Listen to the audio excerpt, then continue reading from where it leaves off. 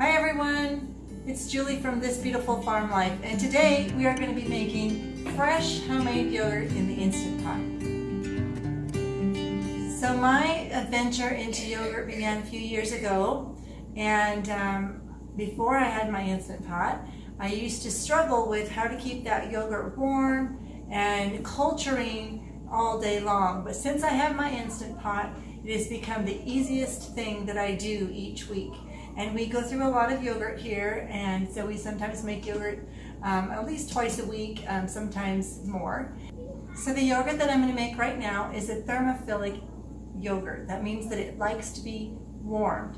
I have been using a Bulgarian yogurt culture from Cultures for Health for a couple of years now, and I let it go a few months ago because I was really busy at our farm and we just weren't keeping up with it. So since that time, I've been making yogurt by just purchasing some whole milk yogurts that are just plain at my health food section of my grocery store. The one I'm using is a thermophilic, and it has 3 different kinds of bacteria in them, and one of them is the Bulgarius, and so it is a similar yogurt and we love it. It's really creamy and nice. So what I'm going to be doing today, this is a grass-fed milk from the same dairy that we get our raw milk from, only it's been pasteurized, not homogenized. So it still separates in the jug pot. Now my Instant Pot is an 8-quart Instant Pot, and it has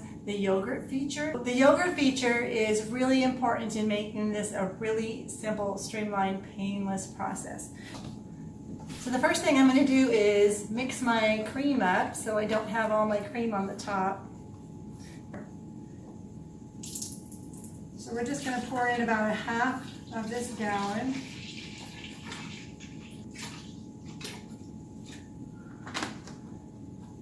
So now that I have my milk in, all I have to do is press the yogurt button, and I'm going to bring my camera over close so you can see this. So on here we have a yogurt button, and if you press that once, it says boil, and that's what we want right now. It's going to bring the milk in the pot up to 165 degrees, and then it's going to shut off. So by bringing that milk to 165 degrees, it's going to kill off some of the bacteria that would be in milk naturally. And a lot of that bacteria is good, but what it does is it competes with the culture. And so if you have too much of this bacteria in there, then the culture can't work well, and it will sometimes not set as well as you want. So now, beauty of this Instant Pot is I don't have to watch it. I don't have to do anything with it. I do have a thermometer. I'm going to check it when it gets all the way to hot and it beeps so we can see what temperature it really is. Then it will shut off. It will actually go to say yogurt, and it will shut off and just cool. That's when I have to watch it for a few minutes, and I have to put my thermometer in there and stir that milk and check it. And when it gets down to about 110 degrees, I'm going to put in my culture, and then we will have it ready to go. But for now, we're just going to let this cook for a few minutes, and I'll be back with you in a minute. So now I'm going to show you a little bit about another kind of yogurt. These are heirloom yogurts. These are called mesophilic, and that means that they do not have to get as warm as these thermophilic yogurts. So this is another culture that I got from Cultures for Health, and this one has 4 different yogurt cultures in it. The 4 that are in it are, let me read it to you.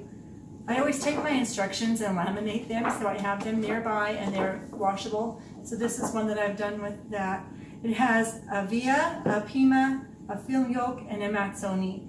And I don't know if I'm saying all those words right, but I think they're close. They come with 8 cultures, 2 of each kind, and I have used up the Via and the film yolk over the last year, and then some of those ones I've let go during our harvest time. So today I'm going to do a Mazzoni. I have never done this one. It's supposed to be really creamy and yummy and be really good for frozen yogurt and things like that. So it's really simple. Again, you're just going to use pasteurized milk. What we're going to do is to start this culture is we only need about a cup or two. It says 1 to 2 cups. So we're just gonna split that in half for benefit's sake and do a cup and a half. And then you're simply going to put your starter in. It's not anything fancy. It's just gonna open this up and put it in there. Now, this is actually Best Buy last May, because I think I've had these starters for this little culture packet for maybe a year and a half. And so it says that it's past its date, but I've done this before and it always works. So I'm just hoping it still will, and I haven't lost the use of them. They say you can keep those in the freezer. I actually haven't. I've had them in a cool place here in the house, in the basement, in the pantry. So I think they're fine. So all I'm going to do is give this a good stir. And then I'm going to cover this with a coffee filter, which is a really easy way, and a rubber band. And now, and this is cold milk that I put in here. They recommend putting it in with cold milk. And now I'm just going to set this up on top of my refrigerator where I have checked the temperature multiple times. You want to keep your mesophilic yogurts between 70 and 77 degrees. And they stand at room temperature, and that is all there is to it. That's why I love these Heirloom yogurts. There is no fussing. And when before I had my Instant Pot, I kind of switched over to these because the Bulgarian was such a the thermophilic was such a painstaking process to always keep some kind of a container just around 100 degrees for 12 hours. It was always a difficult thing. So the mesophilic, you don't have to do that. You just have to keep them between 70 and 77 degrees. So this is just starting to steam. It will be just a few more minutes before it's actually warm enough. But you can see the steam coming up now, so it won't be long till it beeps at me and tells me that it's gone to its high heat. So you might be thinking about that mesophilic yogurt. I do usually set an alarm in my phone so that I don't forget it, because I've done that more than once. That's why I've run out of cultures, because sometimes we've forgotten it up there on busy days here on the farm, and it takes between 12 and 48 hours to change. So this, at least this first time, it won't take that long later, but this first time. So you're going to look for any change in that, any thickening at all. So it's going to just thicken a little bit and look a little different. And when it starts to change like that, then you know that it's cultured enough, and you can put it in your refrigerator for 6 hours to thicken. I've never had it go sooner than 12, but usually it's done by 24 hours and sooner the first time when I culture it. Now, I've never done Mazzoni, so we'll see how it does. But that's what I'm expecting, that by morning, early morning tomorrow morning, I will be able to see the difference in that culture and be able to put it in the fridge. If not, I'll watch it throughout the day. So starting this the first time at night is kind of helpful so that you have the whole next day to watch it. Otherwise, they suggest that you check it every 2 to 3 hours. So if it doesn't get thick by tomorrow night, then I might be up in the night once or twice to check it and see if it's thickening at all. And then I'll go in the fridge, and then after it's cooled for 6 hours, it can be used to start another batch of yogurt. And then all you need, it's a tablespoon per pint, and I usually do a quart at a time. So it is 2 tablespoons for a quart, and that's what I do when I have multiple yogurts going. I don't do big bunches of those mesophilic yogurts. Okay, so my Instant Pot just beeped. I did check the temperature just to see what it was, because I haven't done it in a while, and it is right at 160 degrees. So that's what I used to do when I heated it on the stove. So perfect. So I just hit the cancel button and let that cool down for a few minutes here now. And when it gets down to 110 degrees, we'll put our culture in. Okay, so let's check our temperature and see where we are. I think we're about there.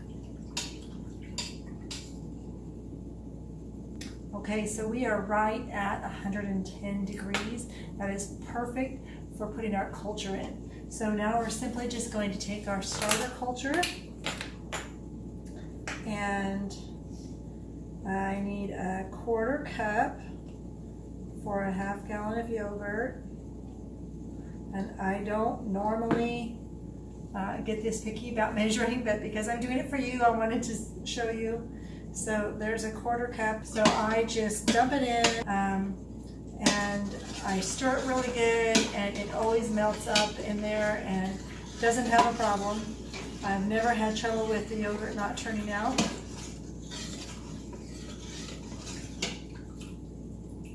Okay, so now this is the beauty of the Instant Pot is I no longer have to sit here and babysit this for the next number of hours. Okay, so I want to remind you when you put your lid on, if you've been using your Instant Pot for any kind of savory dishes that have meat in them, this is the gasket that comes in your lid, and it gets a little bit of odor from your meat, and especially when I do bone broth. So if I leave that in there while I'm making my yogurt, it gives my yogurt just a little bit of an off taste. So I always take that out first, and then I put this on. And you can leave this on sealing, and that will help keep it sealed. It's not going to seal real tight because there's no actual seal in it, but you want to keep this nice and warm in there.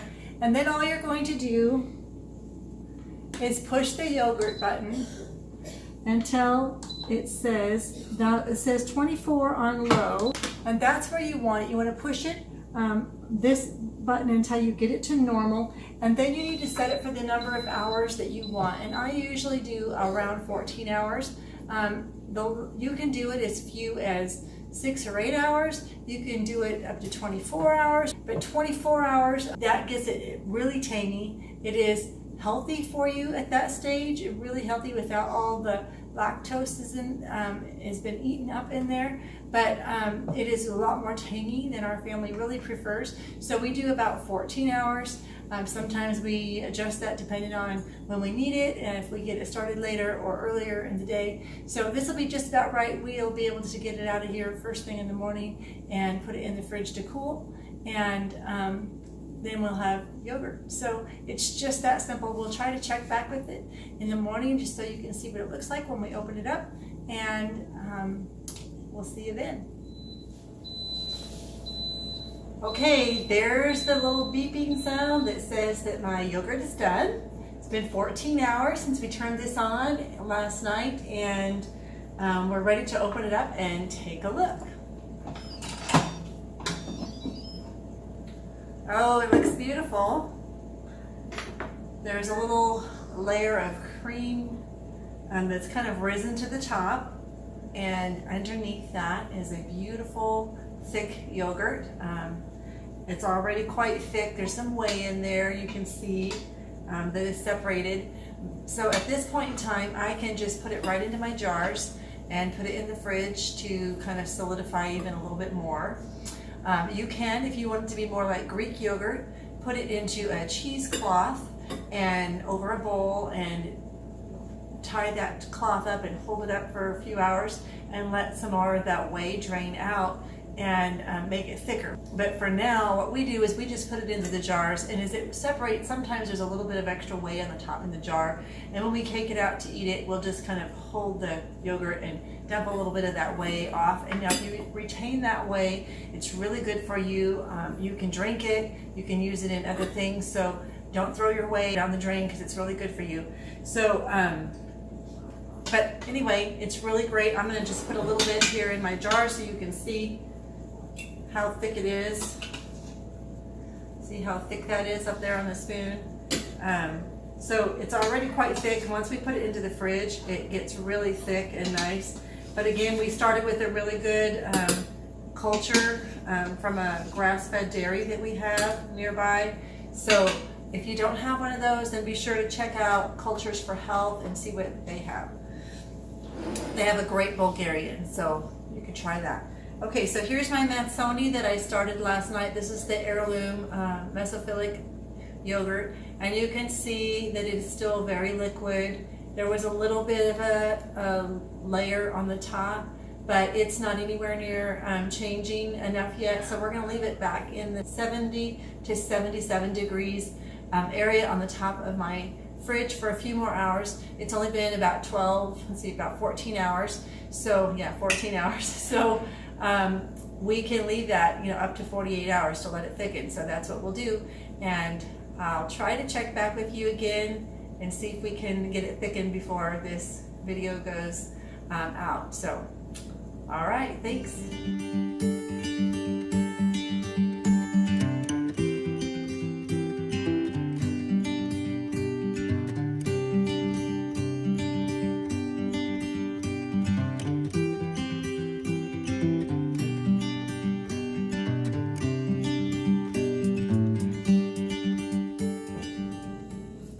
you, I just wanted to check back in with you real quick before we wrap this up about how the yogurt went. So this is the Bulgarian yogurt that I did in the Instant Pot.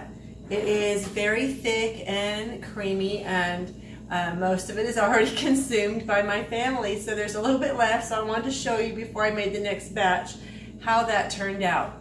So I'm just going to spoon some out here and show you how thick it is and how just lovely and creamy it is. And at 14 hours, this has a pretty good tang to it, but not so much that you can't eat it with just fruit without having to add anything to it. If it gets a little bit more tangy than this, then we usually add just a little dab of honey or maple syrup to it. But with our granola that has a little bit of natural sweetener in it, and the fruit, which is sweetened naturally, it's usually plenty, and we use it like that. So this is perfect for us. Now this is the Mazzoni, the Heirloom mesophilic yogurt. You can see that it is still very runny. I did end up putting it into the freezer late last night, early this morning, about 1 o'clock this morning. It had just thickened a tiny bit, and you can tell when you look inside of it that it is thicker than it was. It's not much thicker than it was. It's kind of like a kefir, or actually even runnier than kefir. So I did put it in the fridge to see if it would thicken a little bit more, and it really didn't change a whole lot. It still smells mostly like the milk. It hasn't really changed a whole lot. But I think what I'm going to do is go ahead and pull a starter out of it and set it aside, try it again with a little bit of the culture from this one.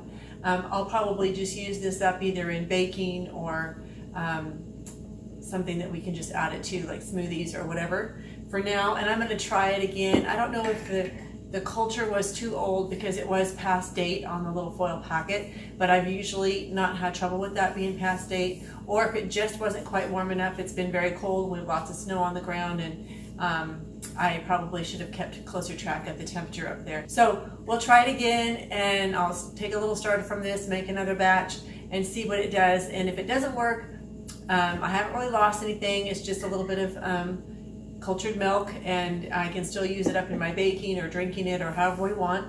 All right, that concludes everything that I wanted to tell you about yogurt. So grab your Instant Pot and some milk and some culture and start making your yogurt today. And then if you enjoyed this video, please hit that subscribe button down there and check out the link to my blog and the links to Cultures for Health. There's a lot of great things there besides yogurt, so enjoy those. And if you want to give us a thumbs up on this video and leave me a comment about what you've done and if you've tried any mesophilic yogurts and how you like them versus any thermophilic. And I'll see you next time here in the farmhouse for fresh, nourishing food, wholesome living, and simple farmhouse beauty. Bye now.